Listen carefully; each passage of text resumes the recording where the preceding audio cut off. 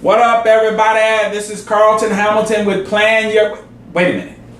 Hold on a second. I'm looking at the wrong. I'm looking at the wrong camera. At the wrong camera. I'm on the wrong. This here, I have a spot right here. This is my spot. I wasn't on my spot. Get to your spot. Okay. All right. This is Plan Your Greatness. I am your gracious host, Carlton Hamilton, and let's get right into it. Weigh in. Today I weighed in at 248, a little bit heavier, but I had to remember, I have to take into consideration that I'm now starting to add in some weight training. So as I am reducing this fat and getting my sexy back, I'm also adding lean muscle. So that process may take a little bit longer, but the results are going to be phenomenal.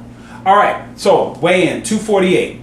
Doing a good job, worked out with my daughter, and something came out of the conversation that I was having with my daughter today, because she's not sure whether she really wants to play basketball.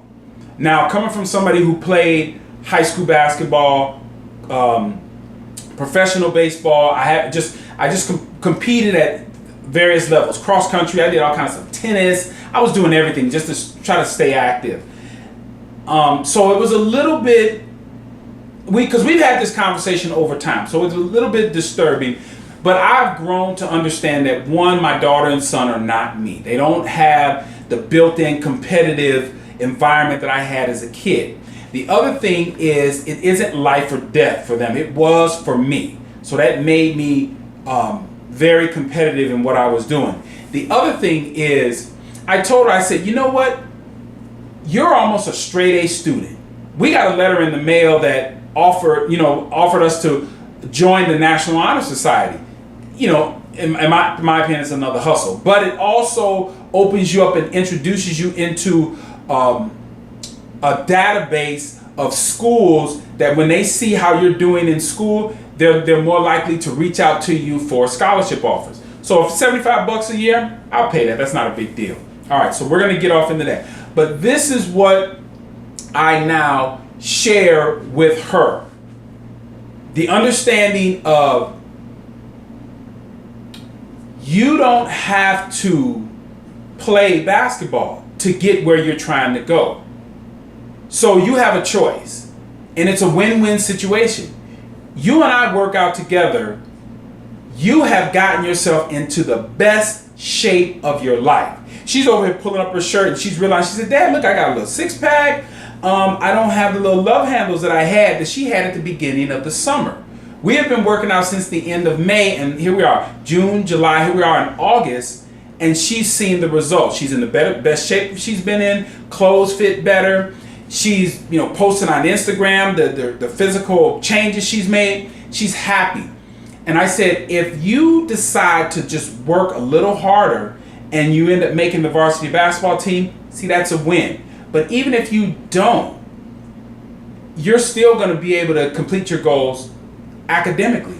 So it's a win-win situation. If you don't use it to play basketball, you use it as a foundation of your fitness program that you're going to carry on for the rest of your life. So it's a win-win. So I saw in her eyes that she was like, yeah, I can win whatever I do. Now, how that ties into me is, I have a son who's 6'6". What's your first thought with that? Exactly. You automatically thought, well, I'm sure he plays basketball, right? What I call with that, and I'm not getting on anybody who thought that he automatically should be playing basketball, and he does not. Okay? Here's the deal. You involuntarily identified him as an athlete. Unfair. Just because of height, stature, and everything. Now, when I was a student at Arizona State University, when I went back to school after baseball, after sports, after prison, I was in my 30s, but I was still in very good shape. I mean, I don't know how many of you know how old I am. I'm 53. Okay? If I'm shaving my head and you don't see any of this, and I shave my beard and you don't see any of the white or anything like that, and I'm dressed, nice, you can't tell my age. Now you know I'm 53. Now imagine what I looked like 20 years ago when I was on the campus of ASU as a student. So now I'm walking, got my earrings in, backpack on, hat turned backwards, jewelry, just all the nonsense that you wear back in that and at that time. And all consistently. Do you run track? Do you wrestle? Do you play basketball? Do you play football? All the traditional sports that we see black folks doing. No, no, no, no. All right? Involuntarily, people are identifying me as an athlete. Now, as I was doing research as a student at ASU, I came across an article of a doctor from Africa, 6'4", 220, 25 pounds, chiseled. Everybody who saw him, oh man, look at you. Did you play football in school, or did you play a sport? No. He never picked up a ball, didn't play soccer, nothing. He just was gifted with this beautiful body. And it irritated him for a little bit because he said, why are we so quick to identify people, specifically black people, tall, athletic body, as that's the only thing we use? Basically, it's entertainment. Your body, we're looking at you and saying, well, you must be entertaining me by playing football, or you must be entertaining me in some other way. Okay? And some people go, well, that's not fair. You're being racist. I said, no, I'm just calling it how I see it. Because we do that all the time. Why do I'm almost 6'3". Why do I have to play sports? Is it a prerequisite? Some of you will say, well, you can use that. Well, what if I choose not to? What if I use my brain to be an engineer? That will actually last longer than that professional baseball coach. But you can make a bunch of... The numbers will tell you that less than 0.1% play that sport. Okay? I played for a decade. So, just to brag a little bit, that just tells you how good of an athlete I was. To play that sport at the professional level for almost a decade. I was a badass. But I digress. All right. So, talking about that is, in order for you, and with my daughter, I said, if you really want to play at the high school level, at the varsity level, you must work very, very hard, and you will get rewarded by that hard work. If you work very hard and you don't make the team, you still are going to get yourself in great physical shape that you are going to be able to enjoy. That's the first thing that that's the double-edged blessing that you get from that. All right. Now, reason why I said that is because either way, what you are doing is planning your greatness. And that's exactly, I got long-winded with it, that's exactly what a mission statement does. It sets in motion what you are planning on doing every day, which then will follow into your long-range goals, and I'll do it in another video, of the vision statement. Now let me just read to you what my vision statement is, and if you want to see it in print, then go buy the book. You'll be able to connect it in one of the links down below. My mission statement is to serve, inspire, and encourage others to spread a message to everyone and anyone that they, at any point in time, they were told their existence did not matter, because we know it does. That is that to succeed, you must understand that on the other side of hard work and failure is success. Now, I chopped it up a little bit. It's a shorter version of that, but that's basically my mission statement. Now, my question to you is, what is your mission statement? What are you going out every single day knowing that this is what you're trying to accomplish? Every single day. That's what I'm trying to do every single day, is to serve, encourage, and inspire others. Spread a message to anyone told that their existence doesn't matter, because I know it does. That to succeed, you must understand that on the other side of hard work and failure is success. That is my mission statement. All right? And why that's important? Because that goes off into what I call the 3 truths. Now, I'm borrowing that from, there's a guy online named Lewis Hall. Shout out to Lewis. I'll probably even put a link down where you can actually go see his YouTube YouTube page. beautiful interviews. I was searching other people and I constantly saw them on his show. And so at the end of the interview, Lewis would always ask you this, put you in this scenario. Lewis said, all right, imagine that all your work, whether it was on YouTube and audiobooks, physical print, was either burned or some way just erased. But now you're speaking to either the world or someone, and you need to give them the 3 truths that you know are true in the world. Hold on a second.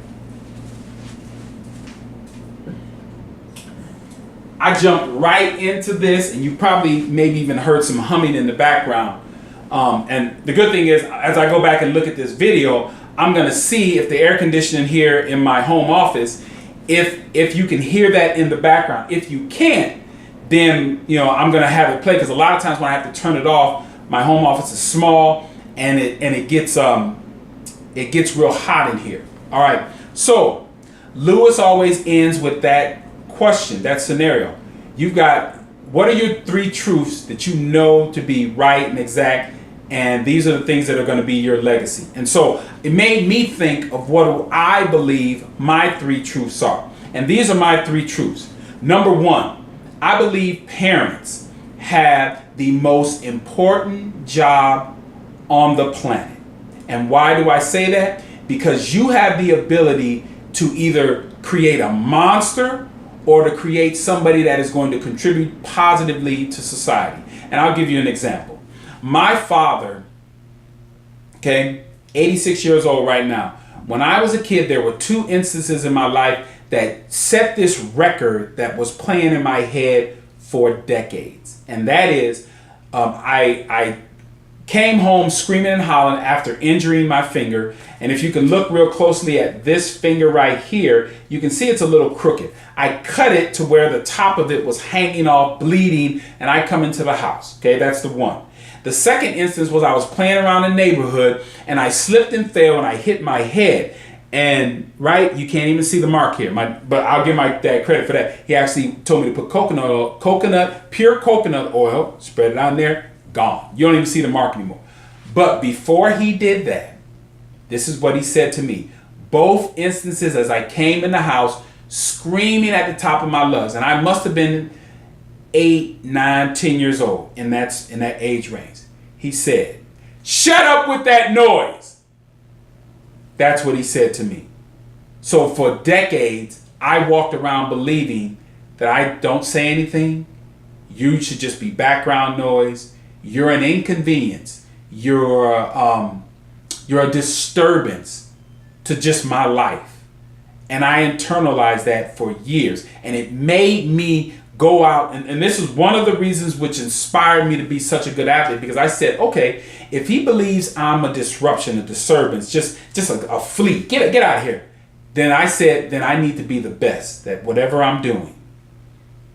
I need to be the best athlete. I said, he's not going to come see a bench warmer. He's not going to come see a scrub. He's not going to come see anybody that just gets in a little bit. No, he's going to come if he knows I'm the best. So that drove me to be the best. And then he didn't show up. Then I was the best at the next level. He didn't show up. So it almost drove me mad. But the point I'm making is that first truth is the parents have the most important job. And that is, you can shape a king or you can shape a monster. And he shaped a monster. All right. Come out of that, but he shaped. Now, number 2 is ask and answer the 3 questions as soon as possible. Because you don't want to do what I did, is wait until you're backed into a corner, you're in prison. And in my situation, my lawyer came into visitation and explained to me that, Carlton Hamilton, you are facing 19 to 67 years in prison. Let that sit for a minute. Now, even though I say that to you, I go back to that space when I was told that information. I can't even begin to imagine what you would do, because you would have to go through all the things that led up to that decision. That conversation. 19 to 67 years. Now all of a sudden, I'm praying, I'm doing all the necessary things, and then My lawyer comes back and let me know that now we're looking at a minimum of 5 to 12. Now I can work with that. Now I begin shaping and ask myself, okay, Carlton, you're going to get out somewhere between 5 and 12 years in prison. What do you want? And why do you want what you want? And can you see yourself reaching the goal of what you want? Don't wait until you're backed into a corner. You're almost, and I'll say this. There are a bunch of people in prison that I know had that same epiphany, that they looked around and they start asking themselves the 3 questions. Midnight, Sinbad, Rocket, Murder. Let me see, who else am I talking about? Do Dirty, No Good. I can't even think of the other name. There's a whole list of people that, their nicknames and everything in it. Guarantee they ask themselves those questions. But you know what happened? Chicken, all right? But they're never getting out. Nate Dogg, they're facing life. They're facing 60, 75 years for some nonsense. And so now if they ask themselves the 3 questions, it's not going to matter to them as far as being free. You can say, hey, I'm going to ask that question of myself and I'm going to be the best person I am in here. Great. But that's why I say ask that question early so that you're not being the greatest person inside prison, improving someone else's life. Ask it early and answer it early so you're not faced in that situation. All right. The last one is err on the side of your emotions. Now, let me give you a little backstory. Let me just give you a little scenario. Say you're a female and you're on the East Coast, all right? And you're going to do an intern, and that intern is in Tempe, Arizona. I see it all the time. These students come out here engineering sales internships. And say you meet some guy from LA, he comes to ASU, and he's doing an intern. You meet him, you have fun, it's great. You're like, oh man, this is just beautiful. Boom, the summer's over. He goes back to LA, you go back to the East Coast.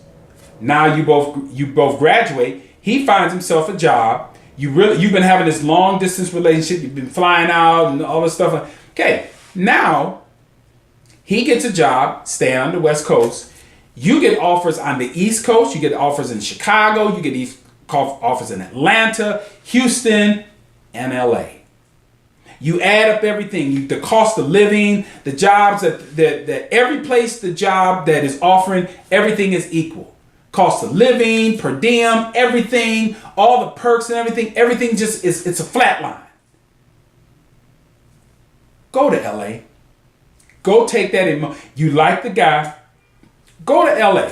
Go take that opportunity because all things being equal, you don't have any debt. I'm just to throw these you don't have any debt. You don't have a relationship you're trying to mend or kill or anything like that. You don't have any children. You don't have anything that binds you anywhere other than that you want to maybe give this a shot. If it doesn't even work, at least you gave it the opportunity. Now, what I'm saying is if you add all those things together and the Chicago opportunity or the Atlanta or Houston or the Philly opportunity weighs heavily in their favor over the LA opportunity, then don't be silly. Take the best opportunity. But if all things being equal, now you have something emotional into the equation, err on the side of your emotions. Take that opportunity. Jump. Go. Leap. You'll always look back and say, I'm glad I took that opportunity. Because it'll be one of the best learning experiences that you had. All right. Now, with that said, we're going to close this down. Now, my challenge to you, because again, this was your mission statement. What is your mission statement? I explained what it is, why you need to have it, because it also keeps you focused on what you're trying to do. All right, so my challenge to you is write your mission statement. Okay? And then after you write your mission, take some time. It may take you a day, a week, a month, take some time. Come up with a mission statement that encompasses, because my mission statement, just on the little information I'll tell you, my mission statement encompasses my entire life's journey. And then after you write that mission statement, write your 3 truths. What do you know? And it's going to change over time. So I'm older, so I'm writing a mission. I'm writing 3 truths that are probably going to stay true from now to the rest of my life, and my life ends. But write 3 truths that you know of, that this would be, you would want people to know you by. And this is things that you know and firmly believe. Write your mission statement. Write your 3 truths. All right. Like this page.